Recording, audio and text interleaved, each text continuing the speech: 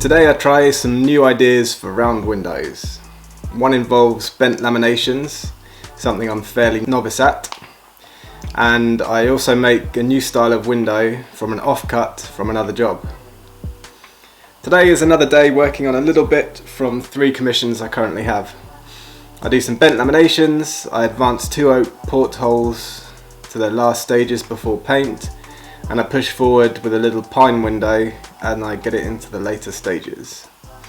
And to finish off the day, I take all my offcuts from oak and sapele windows and upcycle them into off-the-shelf window lights. I start the day working on a sapele casement window for a client living on an archipelago in Canada. Before the glue up for the frame, I can use the full circle shape as a form to make some curved laminations. Doing it this way is generally not recommended, but it saves time and material making a form. And I've still yet to see a good reason why not to. So I protect the frame with some tin foil and get on with it. Bent laminations are something I really love. After making segmented curved beads in the past and finding them really unstable and weak, it's nice to now work with something that's extremely strong and generally seamless and very beautiful. The idea for these bent laminations is firstly as a bead for the little semicircle segments at the side of each window, and I'm also making a slightly larger bent lamination, well 2 of them actually, which will be used as rain bars above the window sash and at the bottom of the sash as well, to help direct rain away from the horizontal openings around the window. The first time I made this style of window, it was for a client in Florida. She wanted 3 of them at 165 centimeters, that's 64 inches diameter, and she wanted them as doors. They were a success. It was a long process, but I enjoyed the challenge.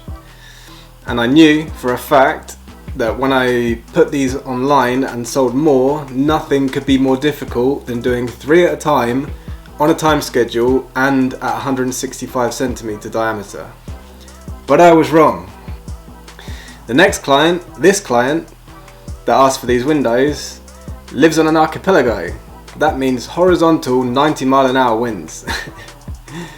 That means buildings that have to be designed to resist the strongest of wind and rain pressure. I would have been forgiven for turning down this commission.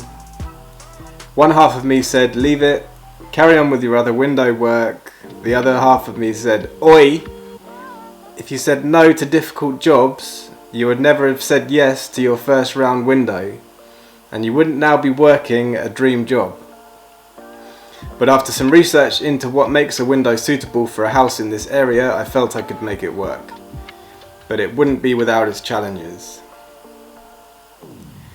Next up, I had to advance my oak windows today. This was the last parts before the final paint. I had to do all the roundovers, make it look beautiful, blah blah blah.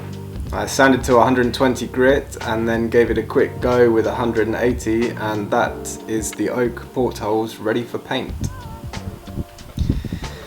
Then I'm on to my pine window. This is a small window I have made many times now, so it's all fairly second nature at this point. I've recently changed the jamb design though, so it holds the window at a specific angle when it's open. It's something that takes a bit more time to mark out and cut, but gives a bit more stability to the window when it's open, and also helps stop horizontal rain getting through at the pivot point. So I cut the pieces and glue them into place, making sure the jamb doesn't drop below the surface line of the frame. If it's too low, it'll mean that I have to sand the frame back beyond flat, which isn't the end of the world, but it isn't a good look if it's noticed.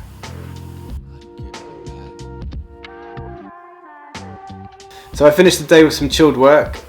What I'm doing here is turning the offcuts from my windows into mirrors and window lights.